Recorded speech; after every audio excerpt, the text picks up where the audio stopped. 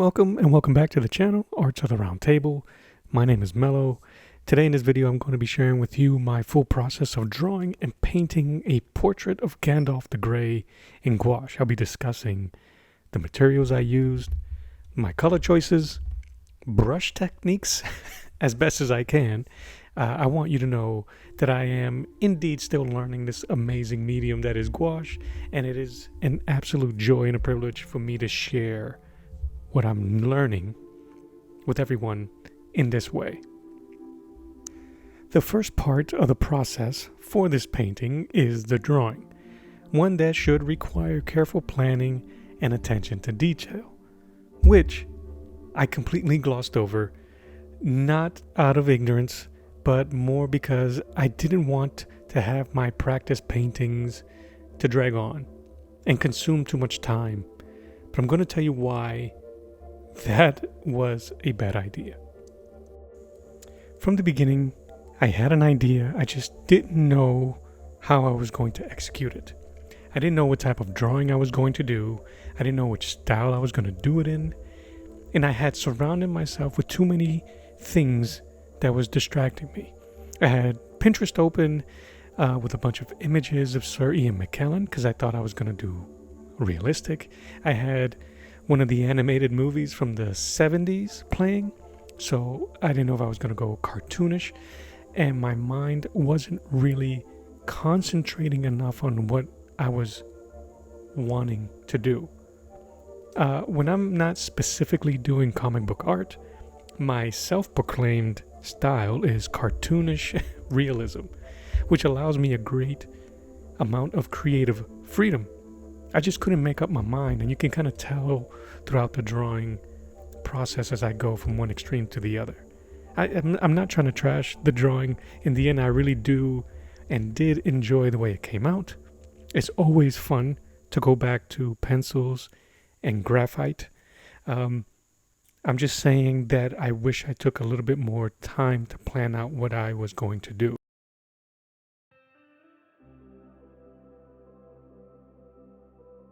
Lately, when I've been drawing, it was with the intention to paint, and I believe throughout this drawing here, it was just with the intention to draw. So I started to add a lot more detail and have a lot more fun and try to fill out the face throughout this process.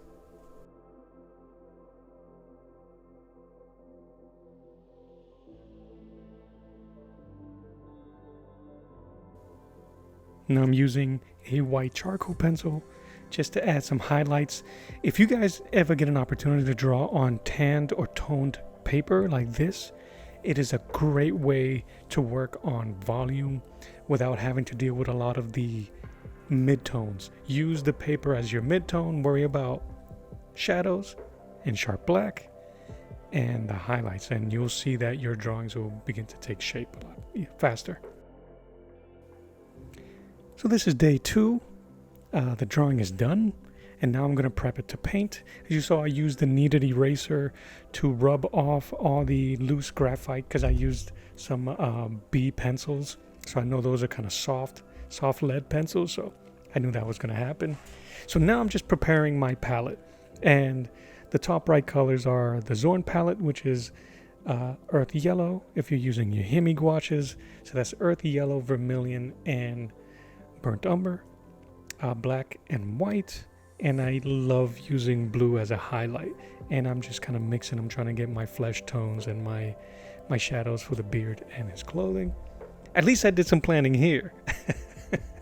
It wasn't going to be all willy-nilly, but all the rest of this stuff is very experimental. I didn't know how I was going to do his beard, so I used a squirrel hair watercolor brush. I love that brush there. It absorbs a ton of water, and I wanted to do a quick wash and underpainting underneath of the tones that I wanted to use in the painting. In hindsight, I wish I went a little bit stronger with my tones and pigmented when I did that wash. I think there's a great contrast with the flesh tone of the face that worked really well with the blues and the grays around it. I wish I would have been able to build more on that, but I'll just put that in my notes, in my mental notes, for the next time I do a portrait like this. I did struggle throughout this exercise because I wasn't working through proper references. I was using multiple and not all of them commingled together. So I was using a light source from one, a face from another, an expression from another, and it became a little bit muddy in terms of trying to get all of those things to coalesce together. So I started to do a lot more drawing than painting with the paints, if that makes sense to you. Like, I'm trying to rebuild the face as I go, and I had a lot of trouble with paints getting muddy later on, but it is what it is. I mean, this is what all of these exercises are for in the first place for me, to get through these obstacles, to go through these questions and answers in my mind, and to make sure that if I'm not taking written notes, that I'm taking mental notes, and of the good, the bad, and the ugly, because there's a little bit of all of those three in every painting. There really is.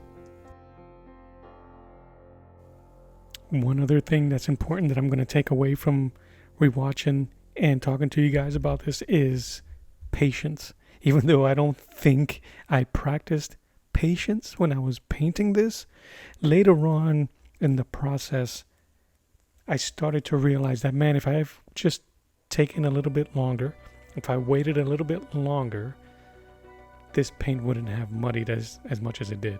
I would have been able to, because of the way gouache is, I could have just wait for some of these layers to dry a little bit better.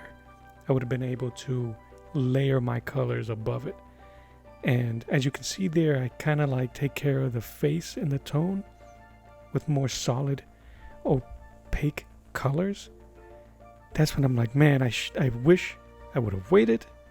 But at this point of the painting, I still wasn't quite sure of where I was going.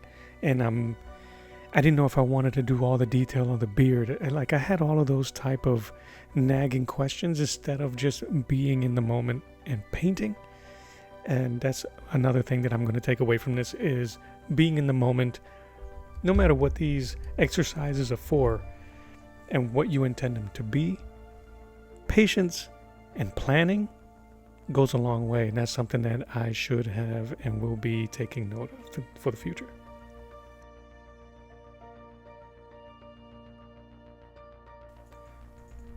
There he is, Mithrandir himself, Gandalf the Grey, painted in gouache on gray-toned paper. I know that I'll look back fondly on this one in the future for sure. I learned a lot. I don't want to take these learning moments for granted. I know, and I think a little bit of planning and patience goes a long way, even if I'm simply doing these exercises to increase my painting hours and get experience. But I shouldn't take for granted these opportunities. I can live with making mistakes, but it would be a mistake if I didn't learn from them. So there you go. I hope you enjoyed this video. If you did, please take a moment to like, subscribe, and share it. It helps me greatly in the growth of this channel. Please leave a comment, suggestion, and share your thoughts below. And be sure to check out my other painting videos. Thanks again for watching. It is greatly appreciated. My name is Mello, and as always, draw you later. Bye-bye.